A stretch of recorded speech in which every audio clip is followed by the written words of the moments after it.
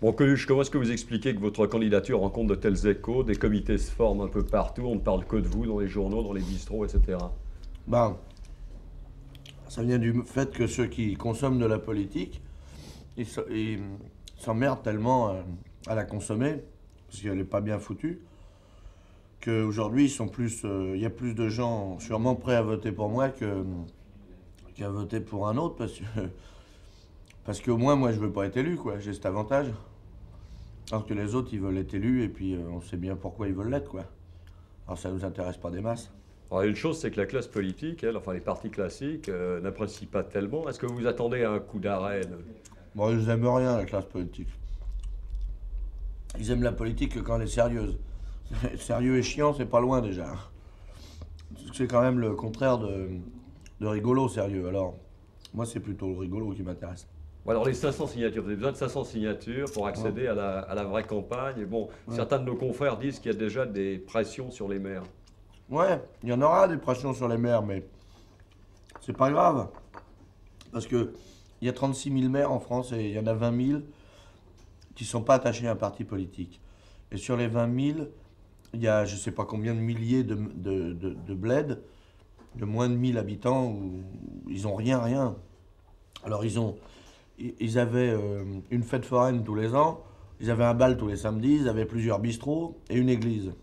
Bon, maintenant, on a interdit les fêtes foraines, on a interdit les bals du samedi soir et les bistrots ferment. Alors bientôt, ils vont leur fermer l'église et puis après, ils n'auront plus qu'à se tirer. Et encore, qu'on ferme l'église, c'est quand même pas le plus grave dans l'histoire, hein. Il vaut mieux laisser le bistrot ouvert que l'église dans les bleds. Mais là, on dit à ce propos, justement, que vous promettez des galas gratuits aux maires qui vous donneront leur signature, c'est vrai? Ah ben non, c'est pas vrai, bien sûr que non. On dit ce qu'on veut, là. Moi, je m'en fous. Du moins qu'on en parle, c'est déjà bien. Mais enfin, vous voyez le temps qu'il faut pour faire 500 galas? Bon, alors est-ce que vous savez aussi pour la suite qu'il y a une commission de contrôle de la dignité de la campagne? Ça vous fait pas un peu peur, là? Ben moi non, parce que moi j'ai pas menti. Alors la dignité de la campagne, je sais pas ce qu'ils veulent dire. À mon avis, ça veut dire qu'il faut pas insulter les autres candidats, mais moi je trouve que le plus insultant de l'histoire, c'est quand même la politique qu'ils nous font. Alors s'il y a vraiment une commission de censure en ce qui concerne la dignité, ils vont interdire aux hommes politiques de faire la politique qu'ils font, normalement. J'ai confiance dans la justice de mon pays. Bon, à part les abstentionnistes maintenant, où est-ce que vous pensez prendre des voix? À qui? À tout le monde, moi. Rien à foutre. Je m'intéresse pas spécialement à l'électorat, moi j'ai pas de parti. Moi, celui qui veut voter pour moi, il est le bienvenu, quel qu'il soit. Du moment qu'il y trouve des raisons, il est le bienvenu. Le fait est qu'aujourd'hui, voter pour moi, enfin, moi j'ai déclaré ma candidature comme une connerie. Si elle a pris cette importance, c'est pas de ma faute, hein. C'est à cause du fait que les gens se sont intéressés à voter pour un mec qui voulait pas être élu. Alors à partir de ça, ben, s'ils sont nombreux, c'est pas de ma faute, c'est donc bien de la faute de ceux qui font la politique d'habitude. Bon, vous dites que vous voulez pas participer au second tour, mais Ah bon, non. énorme blague si vous étiez élu au premier. Euh, ouais, mais ça, c'est comme si vous disiez à un mec qui a pas un rond, qu'est-ce que tu ferais si t'avais un milliard? De toute façon, vous n'allez pas lui donner le milliard. Alors, il n'y a pas de problème. Il n'y a aucun problème. Je serai jamais élu président de la République. Et puis, je veux pas en plus. Bon, ben alors ces voix que vous obtiendrez au premier tour, Ouais.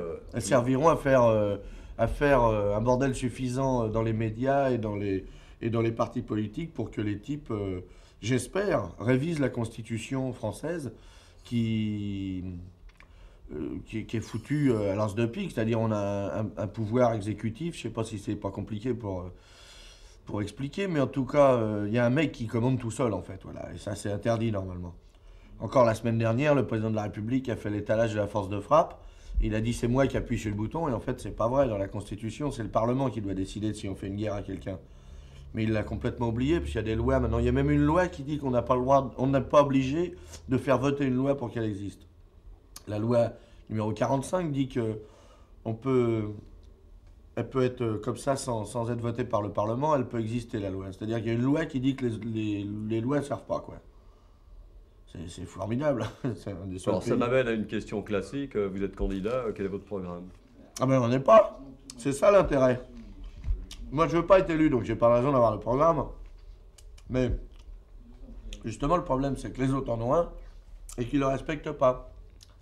Une des choses que je voudrais arriver à faire changer ici, c'est que quand un type se présente, il a un programme chiffré et daté. Il dit, on va augmenter la retraite de tant de pourcents à partir de telle date. Bon, après ça, il dit, on va faire baisser l'inflation de temps, on va faire baisser le chômage de temps, hein, à telle date. Et bien qu'il le fasse. Et puis quand il n'a pas réussi à la fois son pourcentage et sa date, et ben on le vire. Et puis on recommence, on revote pour un autre mec. Alors il y en a qui disent Coluche est parmi les gauchistes, il y en a d'autres qui disent Coluche est un nouveau Poujade. Ouais. Vous vous classez où? Ah, vous dites moi je suis le candidat des minorités. Ben, c'est-à-dire que Poujade, moi je ne sais pas qui c'est, puisqu'il avait arrêté de faire de la politique quand je suis né.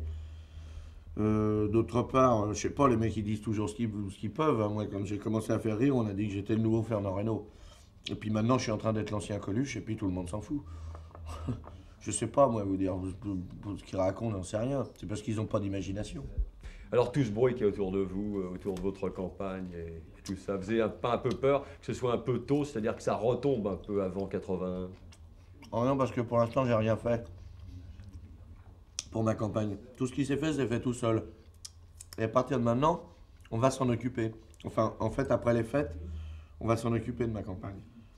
Vous avez des conseillers? Ben, j'en ai un, oui. Dans ma bande, on est deux. Il y a mon producteur et moi. Et normalement, on sait bien se met la merde. Et pour l'instant, on n'a rien fait encore. Ça s'est fait tout seul.